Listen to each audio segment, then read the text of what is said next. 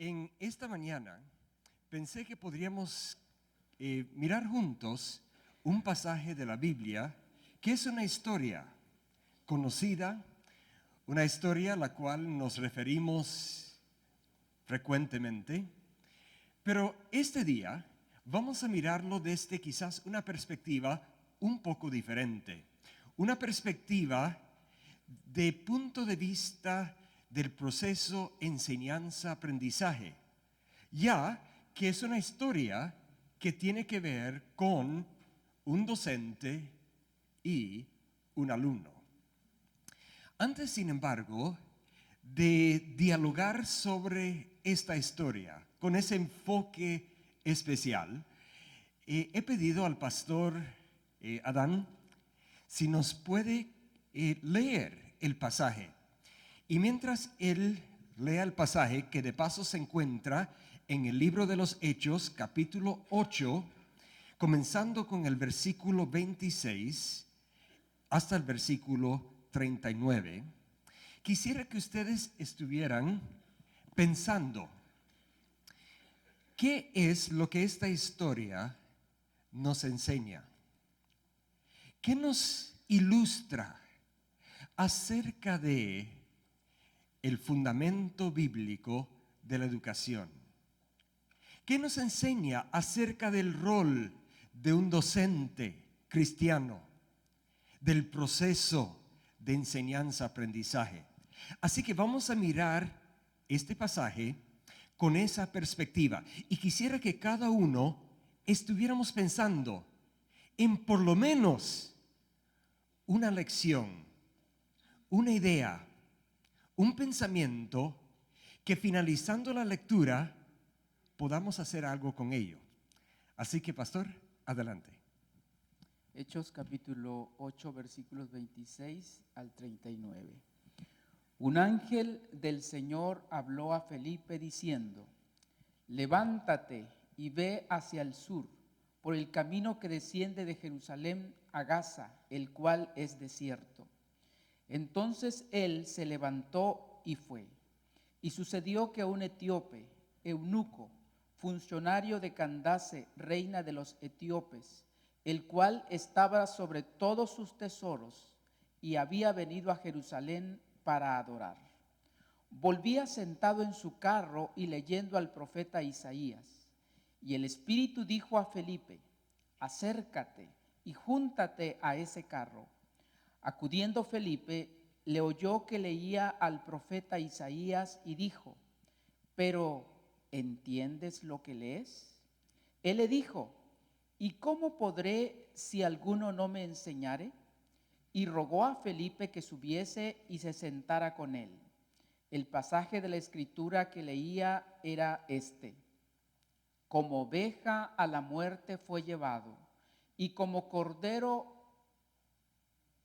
mudo delante de lo que trasquila, así no abrió su boca. En su humillación no se le hizo justicia, mas su generación, ¿quién la contará? Porque fue quitada de la tierra su vida. Respondiendo el eunuco dijo a Felipe: te ruego que me digas, ¿de quién dice el profeta esto? ¿De sí mismo o de algún otro? Entonces Felipe, abriendo su boca y comenzando desde esta escritura, le anunció el evangelio de Jesús. Y yendo por el camino, llegaron a cierta agua, y el eunuco dijo: aquí hay agua, ¿qué impide que yo sea bautizado? Felipe dijo: si crees de todo corazón, bien puedes. Y respondiendo dijo: creo que Jesucristo es el Hijo de Dios. Y mandó parar el carro. Y descendieron ambos al agua, Felipe y el eunuco, y le bautizó. Cuando subieron del agua, el Espíritu del Señor arrebató a Felipe, y el eunuco no le vio más, y siguió gozoso su camino. Amén. Gracias, pastor. Espero que al escuchar la lectura pudieran estar pensando de lo que está ocurriendo y de alguna lección o alguna idea que para nosotros como educadores cristianos nos servirá como orientación en llevar adelante nuestra profesión. Voy a dar unos momentos más porque quisiera que tuvieran una, dos o tres ideas en mente, porque dentro de un momento vamos a hacer algo con ellos. Así que les doy un momento de pensar y reflexionar.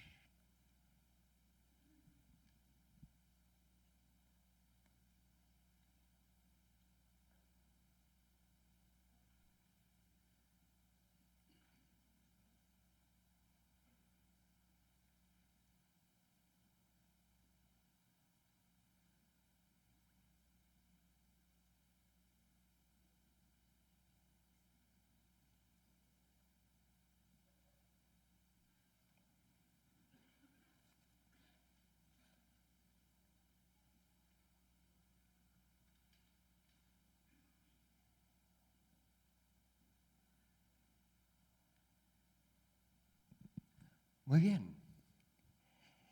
Esta semana, el evento que compartiremos juntos es un tiempo de reflexionar, de pensar, de descubrir, pero es también un evento de intercambio, de compartir ideas unos con otros. Así que lo que quisiera pedir en este momento es que cada uno, a una persona que esté cerca de nosotros, a nuestro lado, enfrente, atrás, lo que sea más conveniente, que tomemos un par de minutos para compartir con nuestro colega la idea, una de ellas, que se nos vino a la mente, una lección que podemos aprender de esta historia acerca de del fundamento bíblico de la educación. ¿Les parece bien? Yo sé que es temprano en la mañana, pero es bueno comenzar el día compartiendo algo con otro. Así que voy a darles un momento para que juntos comparten la idea.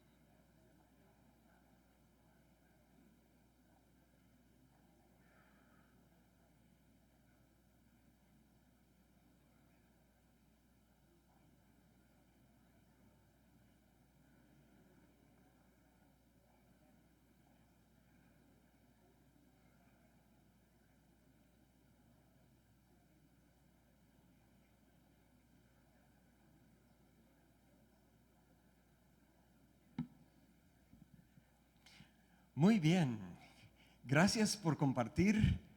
Me imagino, según veo las conversaciones, podríamos seguir. De hecho, si recogiéramos todas las ideas vertidas y compartidas esta mañana, a lo mejor escribiríamos un libro sobre Felipe y el ministro de Finanzas.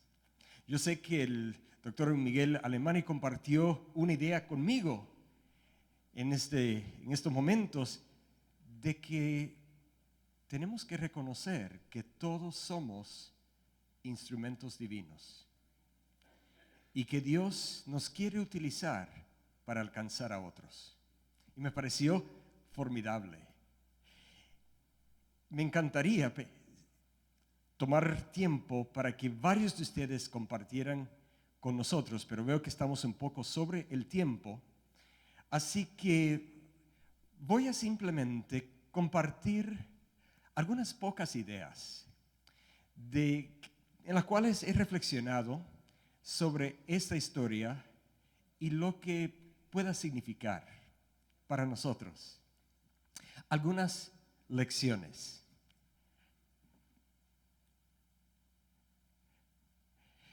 Quizás la primera lección y la más importante de todas ellas es que el Espíritu Santo es el guía indispensable, crucial para alcanzar a nuestros alumnos.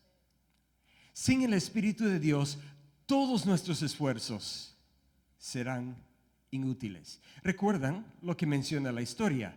Dice que el Espíritu Santo fue el quien indicó a Felipe que debería levantarse y dirigirse hacia el sur, hacia el camino que desciende de Jerusalén a Gaza. Sin la dirección del Espíritu de Dios, no hubiéramos tenido este encuentro. Y creo que es muy cierto también con nuestros alumnos. Dios quiere usarnos para alcanzarlos para el reino de los cielos. Sin embargo, Dios es quien conoce el momento propicio, las circunstancias más indicadas para poder tener ese acercamiento. Y hay que estar escuchando. Una segunda lección es a veces algo de gran valor se encuentra en un lugar inesperado. ¿Recuerden lo que menciona la historia? Dice que Felipe fue enviado por el camino que desciende de Jerusalén a Gaza, el cual es desierto. O sea, no era una zona turística. Era un lugar polvoroso, caliente, árido, poca vegetación, poco promisorio. Pues sí, era un lugar donde uno diría, este sí que no es buen campo. Esta es una clase, este es un alumno que... Bueno, este sí que no.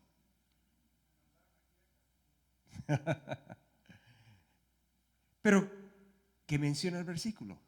El pasaje dice que fue en ese desierto, en ese lugar poco promisorio, donde se encontró un gran tesoro. Así que cuando miremos nuestros alumnos, no es siempre el más promisorio el que Dios quiere usar como su instrumento idóneo.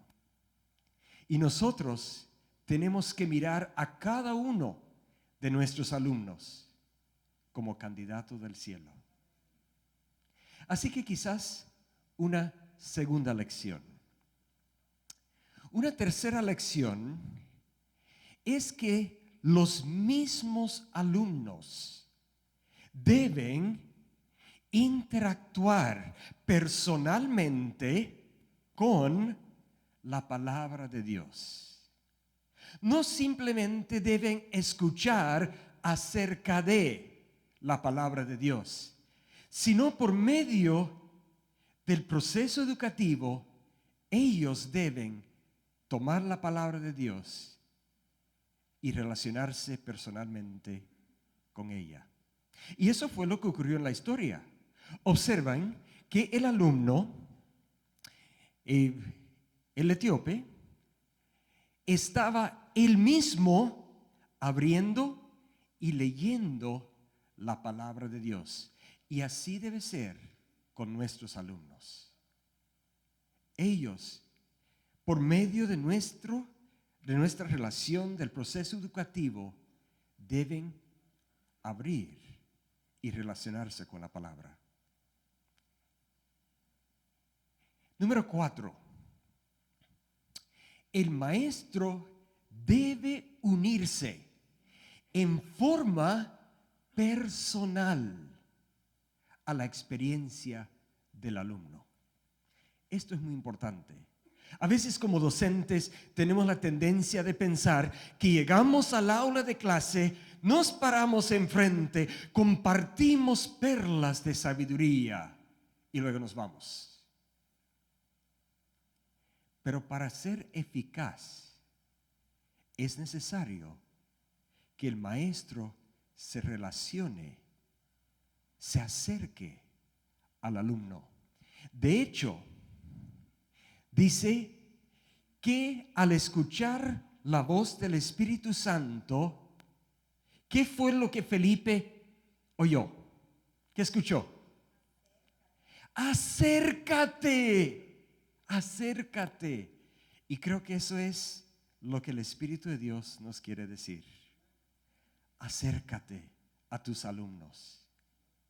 Si quieres tener una influencia en su vida, acércate. Busque oportunidades para relacionarte dentro y fuera de el aula de clases. Y entonces tendrás un impacto sobre la vida de tus alumnos. Luego el pasaje dice que Felipe se acercó y recibiendo la invitación, subió al carro del alumno. A veces lo que queremos es que el alumno suba a nuestro carro, a nuestro carruaje, para que lo podamos llevar a un destino glorioso que tenemos en mente. Pero es más eficaz cuando nosotros subamos al carruaje de nuestro alumno.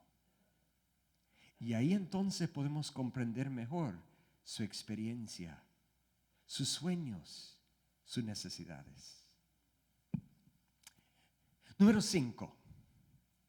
Debemos comenzar donde está el alumno, con sus intereses y sus necesidades. A veces llegamos al aula de clase y traemos ya todo un plan y debemos planificar, pero debemos también relacionar lo que estamos enseñando con lo que el alumno necesita, lo que el alumno le interesa, lo que el alumno sueña. Eso es importante. Y eso fue lo que ocurrió en ese momento. Comenzó, dice la Escritura, que comenzó con ese mismo versículo. ¿Dónde estaba el alumno? Y comenzó a explicarle. Así que tenemos que conectar lo que estamos enseñando con la vida de nuestros alumnos. Número 6. Toda interacción con nuestros alumnos debe ser cristocéntrica. O sea, no importa qué materia estamos enseñando, no importa el tópico, Cristo debe estar presente. Y debe estar en el corazón de lo que enseñamos. De hecho, dice Felipe, comenzando desde esa escritura que le enseñó las buenas nuevas acerca de Cristo Jesús. Así que no importa lo que estemos enseñando, sea tecnología, sea biología, sea lengua, literatura, sea investigación, Cristo deberá estar presente. Y los alumnos deben salir de esa materia conociendo mejor a Dios que cuando entraron. teniendo una relación más estrecha con Él. Porque eso fue lo que sucedió con Felipe. Comenzó con esa escritura y le habló acerca de Cristo. Número 7. Debemos guiar a nuestros alumnos por medio de preguntas profundizantes que dirigen sus mentes hacia nuevos horizontes de la verdad de Dios. No sé si han observado que Cristo, cuando enseñaba, frecuentemente usaba preguntas. De hecho, muchas de sus lecciones los comenzaba con una pregunta. ¿Alguien recuerda la pregunta? ¿Y ustedes qué piensan? Y luego les presentaba una ilustración, una historia, alguna anécdota, y luego pedía su interacción. Preguntas son poderosas. Y las preguntas más potentes son aquellas que dirigen nuestros alumnos para que puedan visualizar nuevos horizontes de la verdad divina dentro de las disciplinas que nosotros enseñamos. Porque toda verdad es verdad divina. No importa en qué disciplina se encuentra, porque Dios es la fuente de toda verdad. Así que dice que Felipe preguntó: ¿entiendes lo que lees? De paso, eso es muy importante. No es suficiente que nuestros alumnos memoricen datos, fechas, nombres, listas de información. Eso quizás tiene su lugar, pero lo más importante es que comprendan, que entiendan. Y eso es la pregunta crucial que Felipe le hizo al etíope. ¿Comprendes? ¿Entiendes lo que lees? Y eso dio oportunidad para un evento de enseñanza-aprendizaje. Número 8. El alumno debe experimentar como resultado de ese proceso de enseñanza-aprendizaje un cambio, una metamorfosis en su vida. ¿Saben? El alumno no ha aprendido si no ha cambiado. Si lo único que cambia es su libreta de apuntes, y a veces ni eso cambia, el alumno no ha aprendido. Tiene que haber un cambio, una transformación en su vida. Si no, el alumno no ha aprendido. Así que cuando nosotros pensamos en nuestras clases, debemos pensar: ¿qué transformación?